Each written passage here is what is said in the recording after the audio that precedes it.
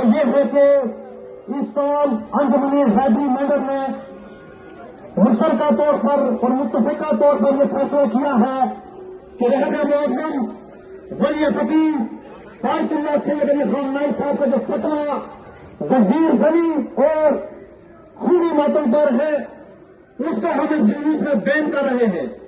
کسی بھی شخص کسی بھی فرد کو یہ اجازت حاصل نہیں ہے کہ وہ اس جلوس میں آ کر زنجیر کا ماتم کرے. شریعت نے کہا محمد سر اٹھا ورنہ نماز گئی. معرفت نے کہا آج پوسٹ میں حسین ہے سر اٹھایا تو نماز گئی. شریعت میں بیٹا ذبح کرنا حرام ہے. اگر ابراہیم کسی مولوی سے فتویٰ پوچھتا تو اس نے جائز نہیں کہنا تھا کیونکہ شریعت کو چھری اور خون کے مسئلے سمجھ میں نہیں آتے. معرفت ہوتی ہے تو بندہ زنجیر مارتا. جو امام زمانہ کی فورس میں ہی نہیں وہ زنجیر مارے کیوں؟ یہ خاص لوگ ہیں جو چنے ہوئے خاص لوگ ہیں. سلام ان ماؤں پہ جو بچوں کو زنجیر زنی کی تربیت ہے. کیونکہ رہبر معظم کی شہادت ہمیں یہ پیغام دیتی ہے کہ وہ صرف کسی ایک امت کسی ایک نسل کے رہبر نہیں ہے بلکہ وہ پوری دنیا کے رہبر ہیں. اور یہ بھی یاد رکھو کہ جو رہبر معظم کا پیغام ہے وہ ہمارے پر ایسے ہی فرض ہے جیسے امام کا حکم ہوتا ہے. یہ پہلا فرق سمجھ لیجئے مجتہد کا، فقیہ کا اور امام زمانہ کا.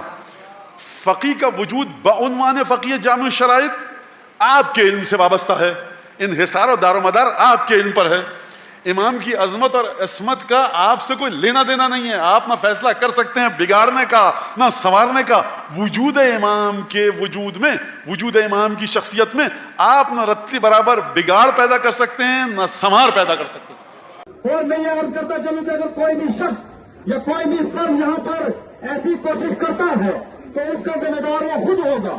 ہم نے ایڈمنسٹریشن کو اس میں پہلے سے اطلاع دے دی ہے کہ یہاں پر ہم جو جلوس ہمارے زیر نگرانی نکل رہا ہے کسی کو اس کی اجازت نہیں ہے. اس کے بعد لبیک یا قوم نائی، لبیک یا قوم نائی، رہبر کے فرمان پر، رہبر کے فرمان پر، سید کے اعلان پر، سید کے اعلان پر. اگر نوبت آئی یہ جان قربان کریں گے امام زمانہ کی خاطر. اور یہ صرف اس بار نہیں، ہمیشہ کے لیے یہ اب عمل نافذ رہے گا کہ کسی کو زنجیر کی اجازت یہاں نہیں دی جائے گی. کیونکہ رہبر معظم وہ شخصیت ہے جن کی شخصیت کا لوہا گارو نے مانا ہے.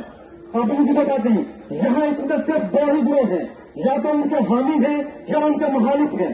جو ان کے فتح پر عمل کرے گا یا ان کو حامی